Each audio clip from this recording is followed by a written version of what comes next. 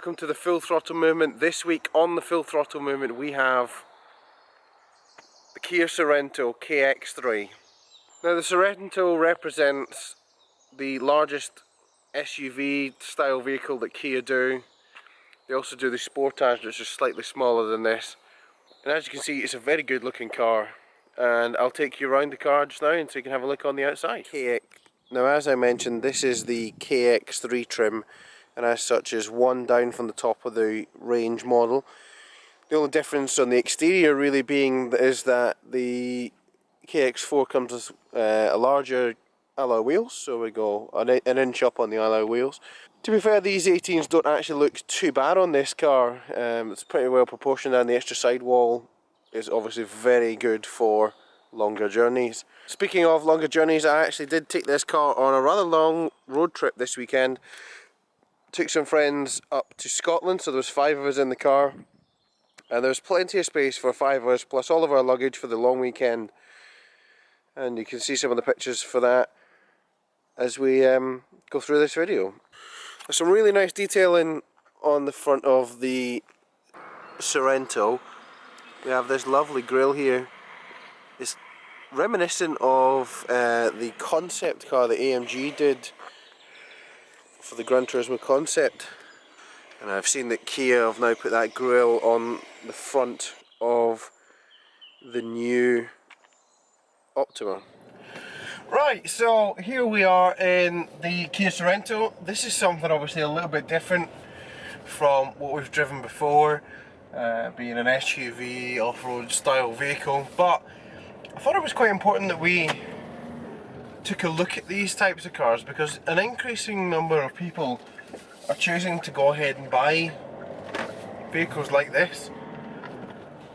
And I think the main reason for that is because they offer such an amazing breadth of talents when it comes to what they do as a vehicle. For example, this car, having been on the long journey to Scotland and back, proved quite comfortably to me that it was a great, well accomplished motorway cruiser. Easily took 5 people and luggage, whilst also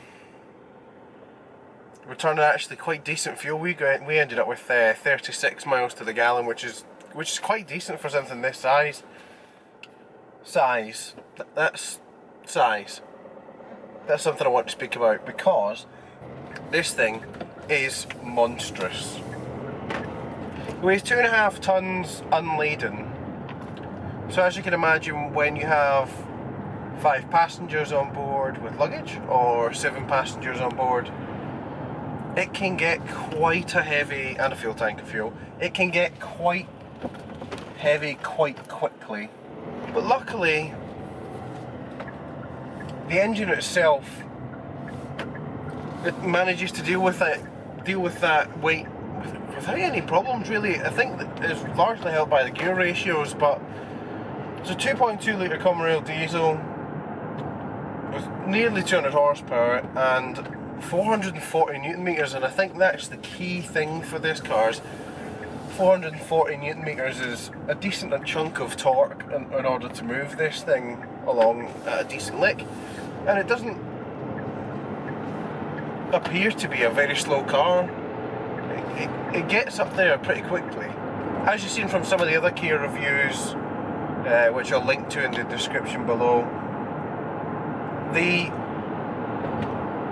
emergence of Kia as a manufacturing focal point for cars it seems to be quite high. We're now talking that Kia is now South Korea is now the 5th largest manufacturer of automotive vehicles, and this off-road sector, this off-roader sector, is largely increasing around the world just because of its versatility. This particular car is actually quite popular in North America, where it's offered with a variety of different engines. Here in the UK we're kind of restricted to just one engine and one gearbox choice, unless you go for the top of the range model, the KX-4, which gets a smooth automatic change. And I figured out that it would be very good that we found out why exactly it was that people were buying these things. So I asked Kia if we could borrow one for the week, and they were very kind in allowing me to do that. I didn't tell them, however, that I was going to take it up north to Scotland on a road trip. So we effectively covered something like 1,500 miles in this car, over the course of 4 days, and all the passengers involved never actually had any major gripes with the car at all, really.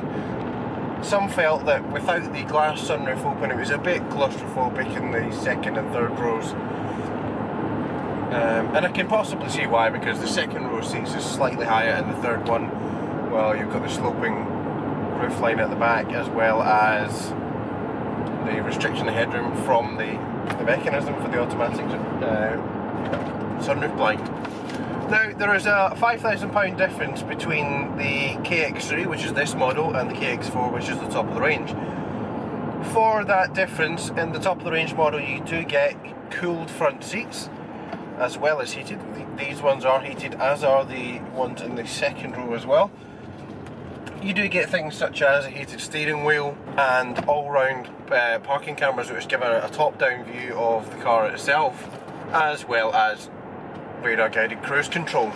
Now, I'll overlay some images just now of the interior space in the car. The front cabin is fantastic. I think it matches well with the rest of the Kia design language that they have in the rest of the range, and that the overall driving position is actually akin to many of the other cars in the range, with adjustability for both reach and rake on the steering, as well as an almost infinitely adjustable seat.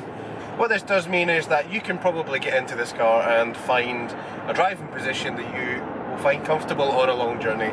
And I certainly had no problems doing the 1,400 miles over that 3 or 4 days without any back pain or any comfort problems whatsoever. Some of that comfort comes from the nice soft compliant suspension, as well as the slightly higher sidewall tyres. On the suspension point of view, they've actually really managed to control body roll quite well in this car. You do know that it is a big car, but it allows you can place the car accurately on the road, and you're not going to be scared that it's going to fall over when you get to a corner. It does actually handle pretty well, and it does cope with fast undulations, so it can deal with a nice back road, but you need to bear in mind that you're driving around in 2.5–3 tons worth of metal. And while that's not much more than a Bentley Continental GT, it's certainly not as close to the ground, that's for sure. One of the benefits I found about this car is that when you get into the car, it is very imposing. Well, when you walk up to the car, it's very imposing from the outside. It's quite a big car, it's got a massive front grille on it, and certainly when you approach people from behind, it is quite imposing. However, when you get in the car, it doesn't feel any bigger than the Optima, which actually surprised me quite well, because they've done a good job at bringing in some visibility. Plenty of visibility out the back. You have large rear view wing mirrors, and the amount of glass that's in this car, you don't actually feel as if you're in such a big object. And that, I suppose, is key when you're trying to park this thing, which I found quite easy also. The steering's quite light at low speed, very well assisted. It's pretty direct when it comes to normal road use.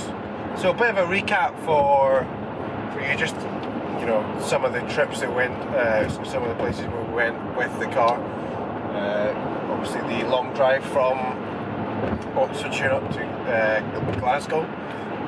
Went to visit some people in Troon, and then headed then on up into the Highlands. So you got Loch Lomond and then up to Glencoe, where you'll be able to see some pictures of the car on the Skyfall Road. I thought, well, I'm up there, may as well take some pictures there. Naturally, the scenery is fantastic up there, and I thought it was very fitting for this particular car to be in such an environment. I thought it was a fantastic car for the journey, and I can definitely see why people choose these cars now, because they offer so much flexibility. If you've got many different things you need to achieve with the car, you're not going to have too many drawbacks with this particular car. I mean, it's not exactly what you would call quick, but it's certainly not a slouch by any means.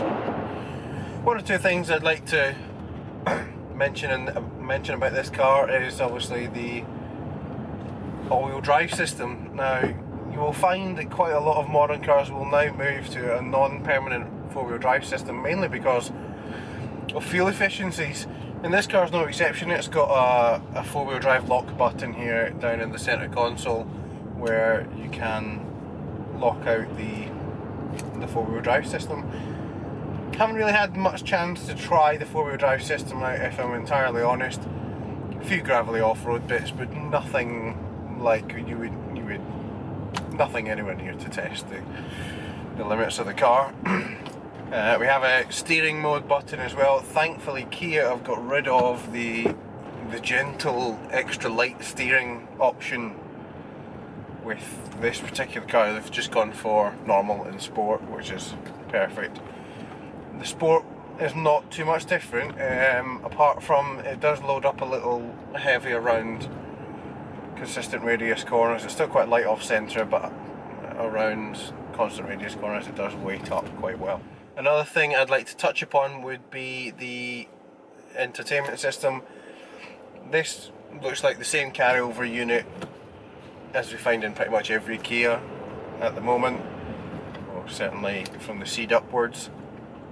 And the sound quality of the sound system is just as good as any of the other cars, and is certainly an all-encompassing experience. And Kia get the thumbs up in my opinion for having one of the most easy to use sat-nav and menu systems available on the market today, as attested by one of the friends I had on the road trip who comically laughed at the size of the manual, which is huge, and then proceeded to be able to use the system without any issues whatsoever. And I think that Kia has to be commended for the ease of use of that system. It certainly makes it easier if you're on the move to be able to put in your destination, etc. And on the dashboard we have the same kind of menu system as pretty much the Optima, apart from the option of tyre pressures, again with all the comfort settings being able to be manually modified, so that your locking, your lights, etc. And the infamous Kia jingle, which is slightly different in this car. A couple of points about interior design on the Sorento. Quite a refreshingly short dash.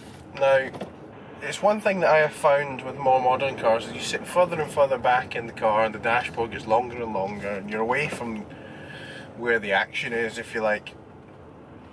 And it just makes the car feel artificially larger than it actually is. Now, with this car, they've actually managed to encompass what looks like quite a short dashboard. That may well be a trick of the eye, because they've got a nice kind of Jag XF bolt line around the top of the dashboard with nice piano black finished trim. And what this does is it breaks up the dash a little bit, and also it separates what is effectively the windscreen from the actual dashboard top itself. Now, the dashboard top itself is made from a very soft touch plastic with a kind of faux stitching there, as well as a kind of leathered texture. And it's quite pleasant to look at, if a little odd when you first look at it. Once you're in the car for a few days, you don't really notice or mind. The centre console is a bit less driver orientated when you compare it with the likes of the last gen Optima and the Seed that we've driven, the Pro Seed we've driven, which is more driver centric. This looks more of an all-encompassing cabin, which is kind of similar to how the new Optima looks just from the interior shots that I've seen. Naturally, the climate control and air conditioning system is great in this car, and it's filtered out quite a lot of the bad fumes from the traffic that we experienced on the way up. We actually had The journey time should have been about 6 hours to get us from Oxfordshire up to Glasgow, but we were quite unlucky. We hit quite a lot of traffic, and what that meant is the journey time went from 6 hours to 9.5. So we spent a rather long time in stop-start traffic, first and second gear, and I really think that having the automatic one would have been great for that particular journey, but unfortunately it wasn't available at the time for us to test. One criticism I had about this car, and I think it's possibly because this is a 64 plate car, so it's one of the first editions of these, and might not have had a recent software update, but all of the Kias that I've driven recently that have automatic wipers and automatic lights, etc., have done so, have switched on and used those systems faultlessly. This particular car, I'm not sure if it's a combination of an early system calibration, but the headlights come on perfectly fine, and that's not an issue. It's the window wipers that were a bit of a problem. Unless it is actually heavily raining on the windscreen, it struggles to regulate between no window wiping and full speed. Now I checked the visor and the sensor, etc., to make sure it was all clean, and it was. So I'm pretty sure it's a software thing, which probably can be updated pretty easily. I ended up manually controlling it for some of the time, but we did have quite horrendous weather, so it's 6.5 a dozen really. Well, we are actually looking to test more cars like this, mainly because there is an emerging market for it in the UK, and as such, in a couple of weeks' time we're going to be trying the Nissan X-Trail. That should give us some comparison to this and see how it stacks up. But so far Kia are off to a great start with this car. Many of the previous generations of the Sorento kind of had the ugly duckling look about them, if we're entirely honest, whereas this actually looks like a decently styled car, and it's been getting compliments across the board from everyone that seems to see it. So I'm very impressed with the way Kia are performing right now, as you well know.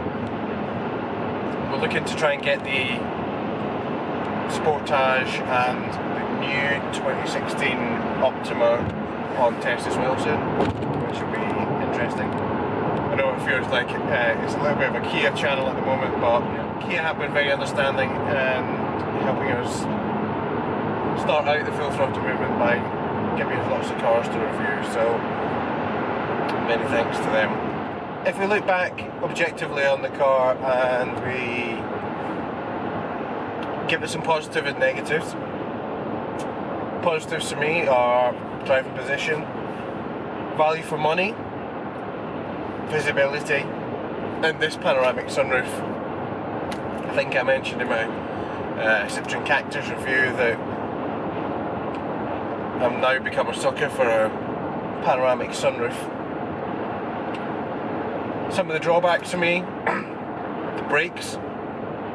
The assistance on the brakes is quite heavy at the top of the pedal, but you can feel the weight of the car when you're using them. So I imagine after some serious slowing down repeatedly, it might become a bit of an issue in the long run, but that's not really what this car's for. So if you like this review, please click subscribe, like, share, comment. I will try and get my best to get back to everyone, and as ever, your feedback and comments are always welcome, good or bad. So thanks for watching, until next time.